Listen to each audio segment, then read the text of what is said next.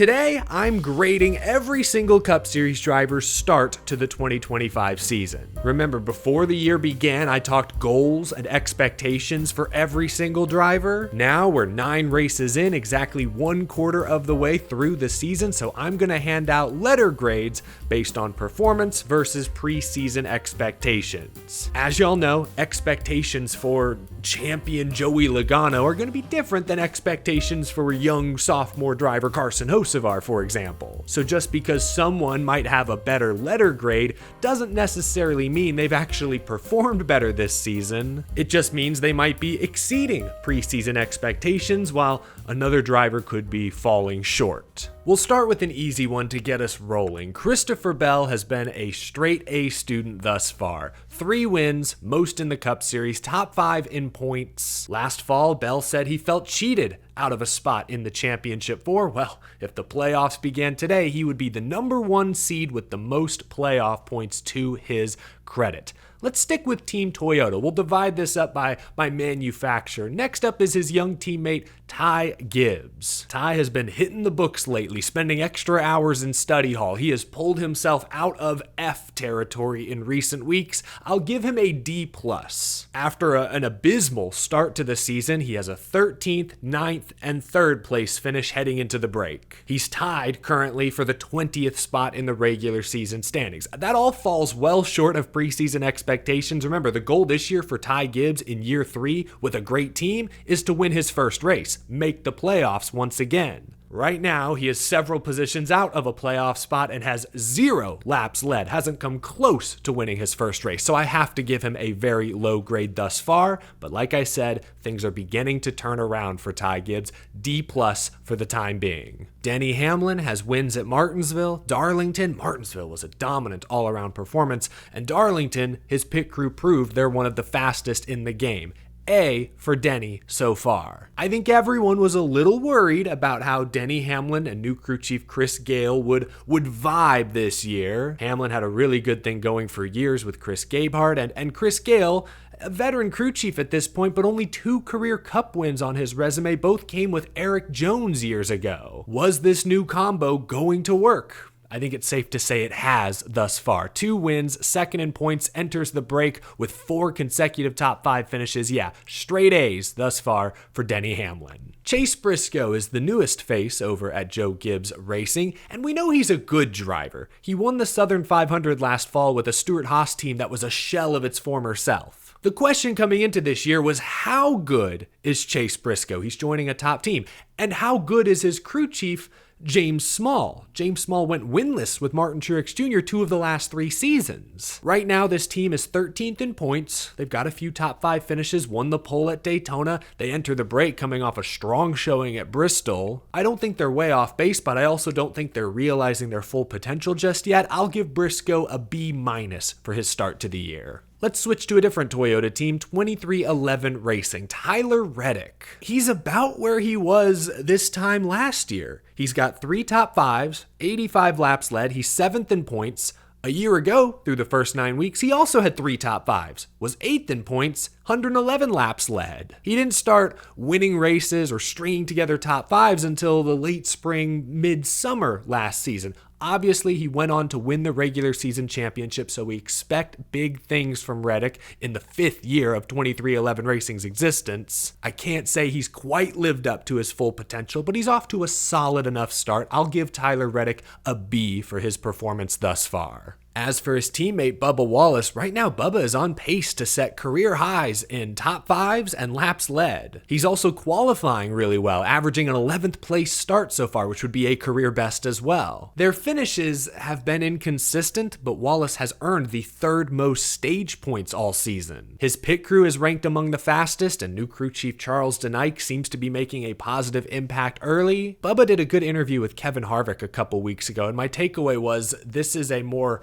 quietly confident, more focused version of Bubba Wallace than I think we've seen in the past. I think that's at least part of why he's off to one of the best starts in his NASCAR Cup Series career. So I'll give Bubba, based on expectations, a B+ for his start to the season. Then we have the often forgotten third 2311 car, driven by Riley Herbst. Look, he's a rookie, so I'm not going to fail him 9 weeks into his full-time Cup Series career, but things don't look great. So far, the 35 team looks overmatched. They're 33rd in points, no top 10s, no top 15s, a few top 20s, but most of them came at super speedways. We know 2311 is a playoff team, a championship contending team, but this is a new group, young crew chief as well, so I wasn't expecting them to light the world on fire, but man, hopefully they can generate some positive momentum here after the Easter break. I'll give them a D thus far. Over to Legacy Motor Club, John Hunter Nemechek, I'm going to give him a B for his work thus far. The big problem for Nemechek,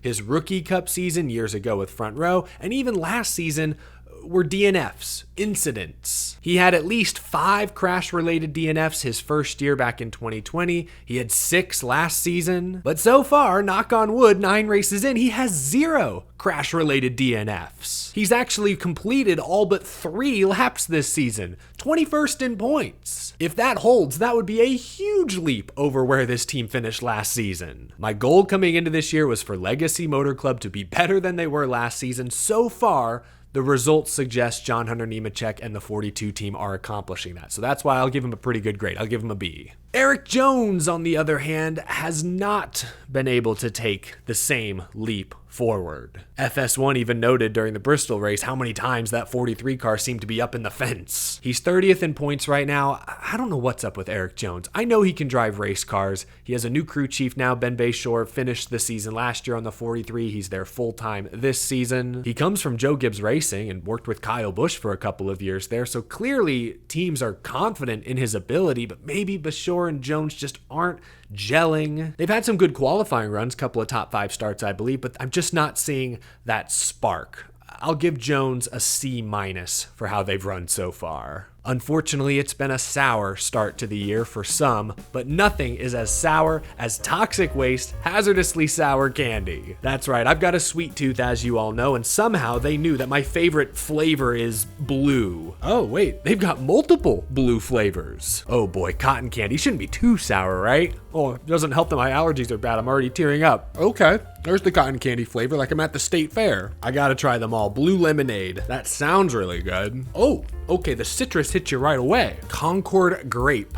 Oh man, back to back to back. They're sour start, but I love the sweet finish. Bluty fruity. Oh my gosh, I'm sweating from my eyes. One more. Tell my wife and dog I love them. Looks like they get more sour as they go. Whew. I think I know my favorite. You can guess my favorite blue Toxic Waste hazardously sour candy by clicking the link down in the description below. After guessing, you'll be automatically entered for a chance to win this awesome Toxic Waste goodie bag that includes a 1/24 scale Toxic Waste die cast. Brennan Poole raced this car around the streets of Chicago just a couple years ago. Click the link down below to guess my favorite flavor and have a shot at winning this awesome prize pack. You can also play some fun Toxic Waste NASCAR themed trivia games. I've been trying to figure out this match the driver sponsor game for a while now. Shouldn't the Home Depot one go with Logano? It's on his suit, but then the others don't match up. Oh wait, it must be Pennzoil Logano. So then I can put Home Depot with Tony Stewart, and then down here, yep, Mobile One with Harvick. Let's see. Check, check, check. All good. They've got crossword puzzles, word searches. Click the link down below to check them out for yourself. And finally, if you're headed to Rockingham Speedway this week, look for the Toxic Waste display. You can pick up some of their blue drums to try out yourself for free. Thank you to Toxic Waste for sponsoring this episode and for doing so many cool things in and around the NASCAR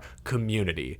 Let's get back to handing out grades. Let's shift gears and talk Ford, beginning with the defending series champion, Joey Logano. He's holding on to a top 10 point spot thanks to his success in the stages, but the finishing results don't look great. Only one top 10 finish, and he wrecked in qualifying at Bristol, ran 25th all day? Again, the speed is better than the results would suggest, but there's still no match for most of the Gibbs or Hendrick cars outside of the super speedway. So I'm going to give them a C+ for now. We know Joey Logano typically hits his peak later in the season, so don't count them out just yet. Ryan Blaney has had the most speed of any Team Penske car, but similarly, they've struggled to get the finishes. He could have won Homestead, but the engine blew. He could have won Darlington, but there was a late caution, bad pit stop. I did see today that they've swapped out the front tire changer on this team. Hopefully that helps the pit crew get back on track. If Penske can fix the pit road problems and eliminate some of the technical gremlins, then Ryan Blaney's going to win multiple races and is bound to make another deep playoff run. For now,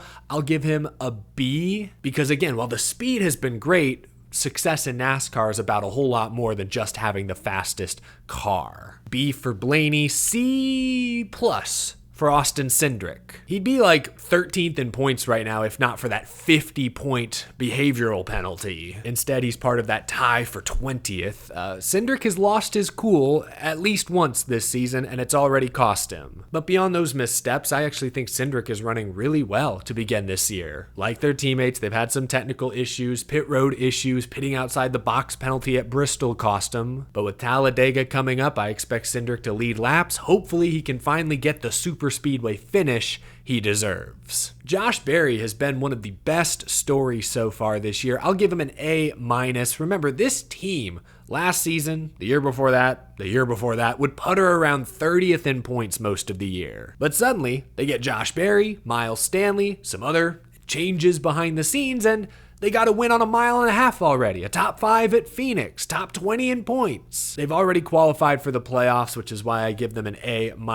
Just need to work on putting together complete races the rest of the season to hopefully add a few more playoff points. Brad Keselowski. Woof. While Ty Gibbs has been able to turn his season around more or less, things have gone from bad to worse for the former champion. 31st in points, 0 top 10 finishes, finished 33rd at Darlington, 16th at Bristol, 2 of his best tracks. They're qualifying bad this year. He's only qualified top 10 once so far this season. He talked about it on this show. He needs to qualify better. Then, if they can start putting together full races, I'm convinced RFK has top 10 speed, but yeah, things aren't looking good for Bad Brad right now. F, I'm sorry to say. It's a bit better for driver Chris Buescher. Cool, calm, quiet, and consistent like usual. You look up at the end of most races and he's somewhere between 6th and 12th place. He hasn't led a single lap this year, but he has 5 top 10s and sits comfortably 12th in the regular season standings. I'll give Chris Buescher a B so far. Remember, 2 years ago, Buescher and RFK put the world on notice, winning those 3 races over the summer, made it to the round of 8. I love the consistency from Chris right now, but unfortunately, I don't think RFK is quite at that peak right now as a company. Let's talk Ryan Preece. Through the first 9 races, Preece is on track to set career bests in top 5s, top 10s, laps led, average finish, and I would expect this, considering RFK Racing is probably the best Cup Series team he's ever driven for full-time. I was worried about some growing pains, considering this is a new car for RFK. They've leased this 3rd charter. But Ryan's off to a strong start, 14th in the regular season standings. Shoot, suddenly the conversation can start to shift towards, can they hold on for a playoff spot? Maybe? Ryan Preece also gets a B, just like his teammate Chris Buescher. I didn't think it was possible for Noah Gragson to fly this far under the radar. His only standout moment this year was qualifying 3rd at Homestead, which we know he loves that place. He's 32nd in points. I get it, adjusting to a new team, Front Row Motorsports, but he's got the same crew chief he had last year with Stewart-Haas, veteran Drew Blickensderfer. They had 7 top 10 finishes last year, flirted with the top 20 in points, so why the slow start? I'm not sure, but unfortunately, I think I gotta give Noah an F. 32nd in points, that's not good. That's not good at all. As for his teammates, we'll go to Todd Gilliland, the veteran front row racer. It's so weird to say that because he is technically the youngest driver on this team. Right now, he's 28th in points, but his average finish is roughly the same as it was last season. Now, Gilliland is adjusting to a new crew chief. Chris Lawson came over from Rick Ware. He's worked with front row and driver Zane Smith in the past, won a Truck Series championship. I think he's good. I still think this team is going to get better, but I'm going to give Todd a C plus for this season so far because I don't think they've been as strong to start as I hoped they would be. Again, my expectation coming into this year for Gilliland was to lead front row by example. He is the youngest driver there, but he's the most veteran front row driver of the bunch. Lead by example. I challenged him to emerge as the team's undeniable leader, and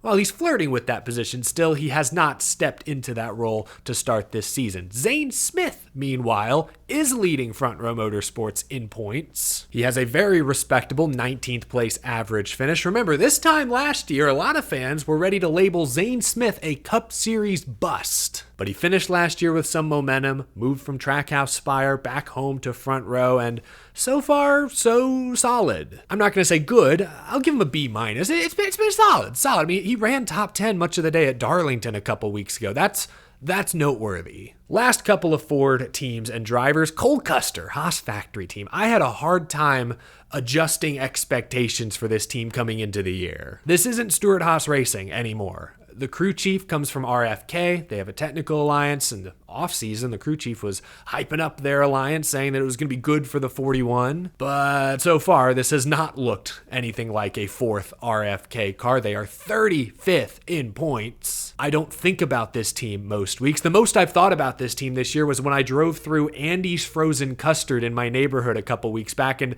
I saw Cole Custer's paint scheme plastered all over the building, all over the menu. That was pretty cool. Promoting the upcoming Texas race. That was awesome, but it was also the most I'd thought of Haas factory team all season long.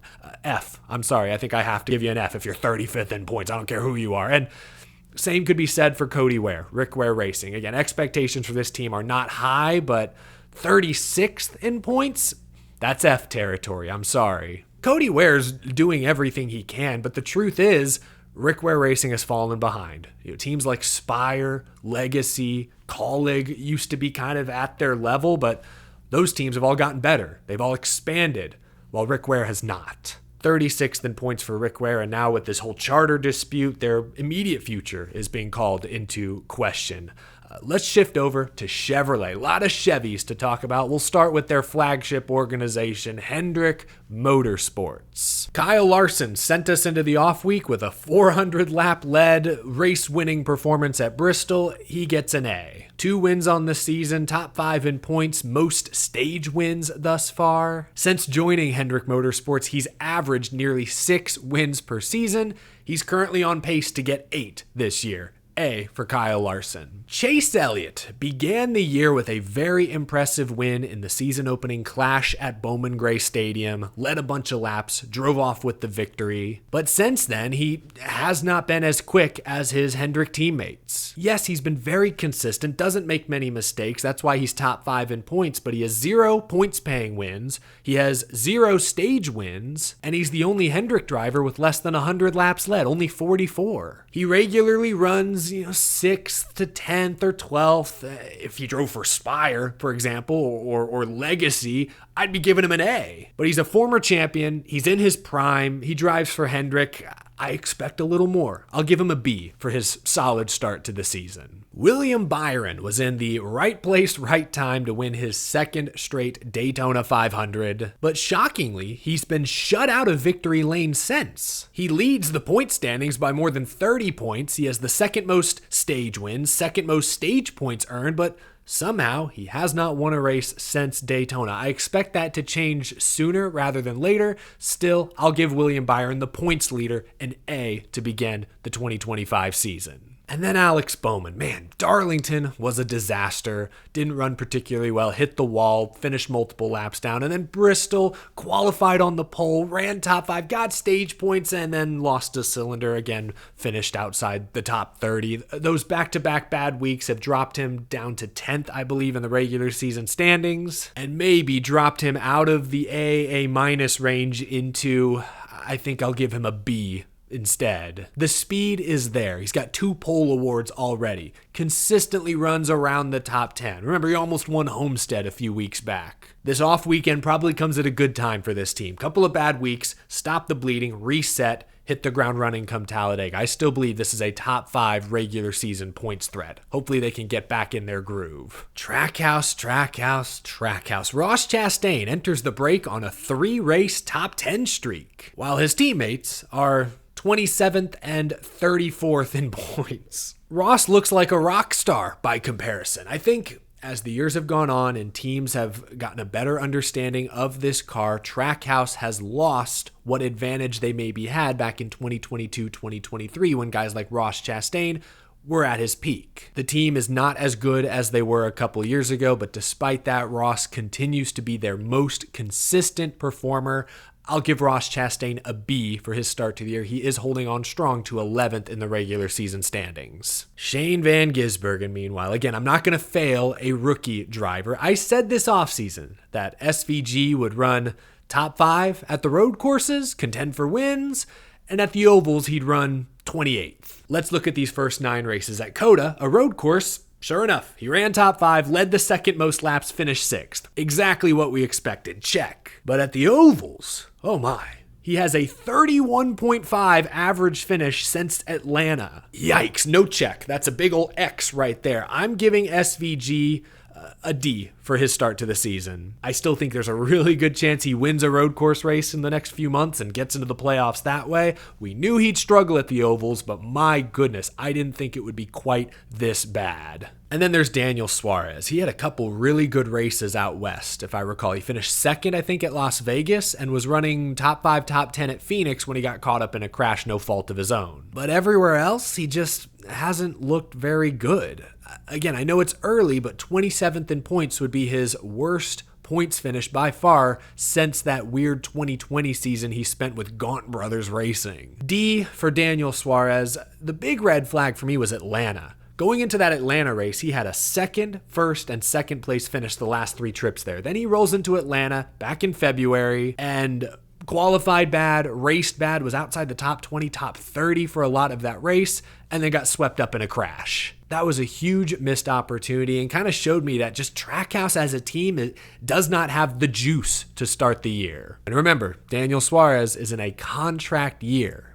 He needs to show everyone something sooner rather than later. Let's talk RCR, beginning with Austin Dillon. Top 10 at Bristol, first top 10 of the season. Remember, he has a new crew chief this year. Richard Boswell came over from Stuart Haas. He's 26th in points, but I think he's run a little better than that. Some of these finishes, I mentioned 10th at Bristol, I think he was 12th at Phoenix, 13th at Homestead.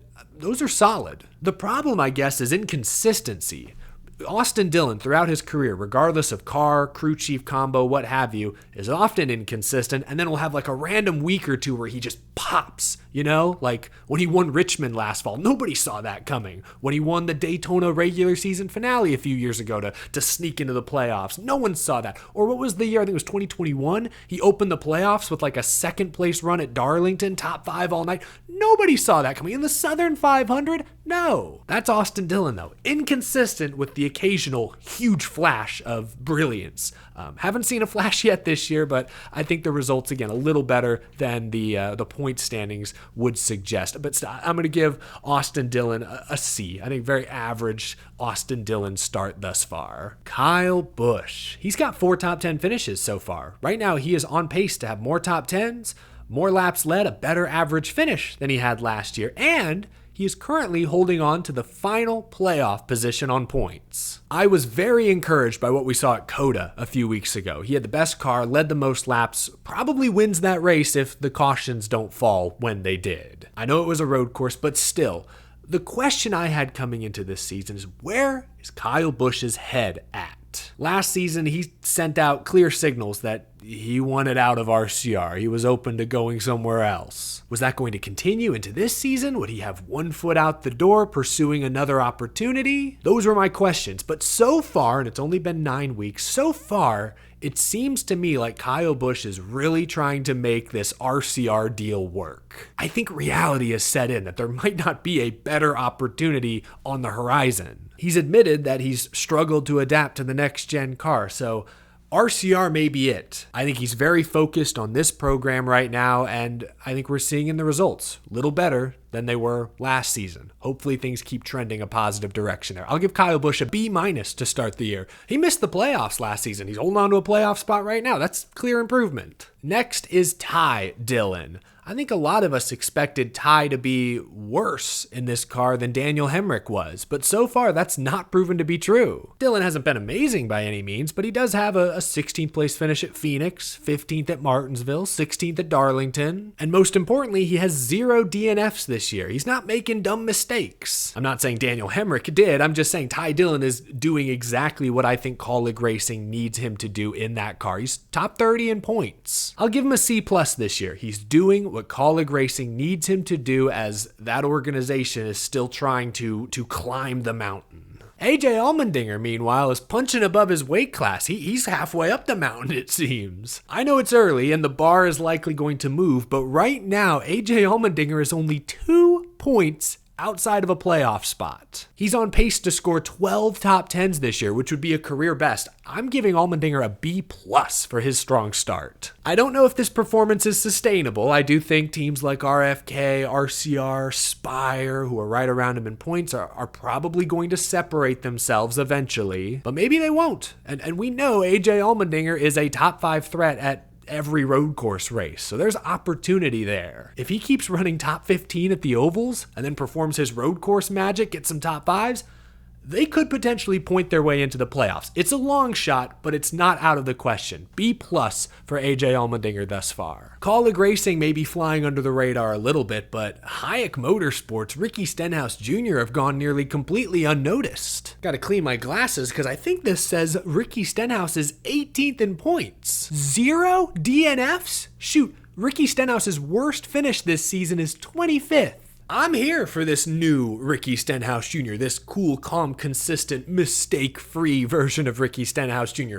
Do I think it's going to last a full season? Probably not, but strong start to the year for Stenhouse. I'll give him a B-. I think he's earned that. Our final Chevy team will wrap things up with Spire Motorsports. We'll go in numerical order. The number 7, Justin Haley. Not blowing me away thus far, but he is running a little better than the 7 car ran last season. I'll give him a C+. Top 15s at Bristol, Las Vegas, Homestead. He's up to 23rd in points. I mentioned on the show recently, but he was recently given Larson's rejected pit crew, and his car chief left for Joe Gibbs Racing. He still has Rodney Childers, veteran champion crew chief. I'll be interested to see how this 7 car evolves throughout the season, but solid enough start so far. Michael McDowell, 71 car, the veteran of the group. He brought that Saturday speed over from front row and qualified on the pole at Las Vegas a few weeks ago. Not a lot of flash from McDowell this year. He is grinding out good finishes. He's 19th in points. I don't think Spire Motorsports has ever had a car finish top 20 in points at the end of the season. Long way to go, but so far so good. Michael McDowell is doing what Spire Motorsports needs him to do. I'll give him a B- for his performance thus far. He's an analytical guy, and he's establishing, I think, a really good baseline for this organization. For someone like Carson Hocevar to compare himself against. Hocevar has been the opposite of McDowell. So much flash, not a lot of substance. He already has 3 DNFs. Granted, a couple of them were more technical, mechanical related issues. Mistakes by the pit crew cost him at Phoenix, put them in the Hornet's Nest where they got wrecked, cost him a top 5 potentially at Bristol this past weekend. The driver is obviously really fast.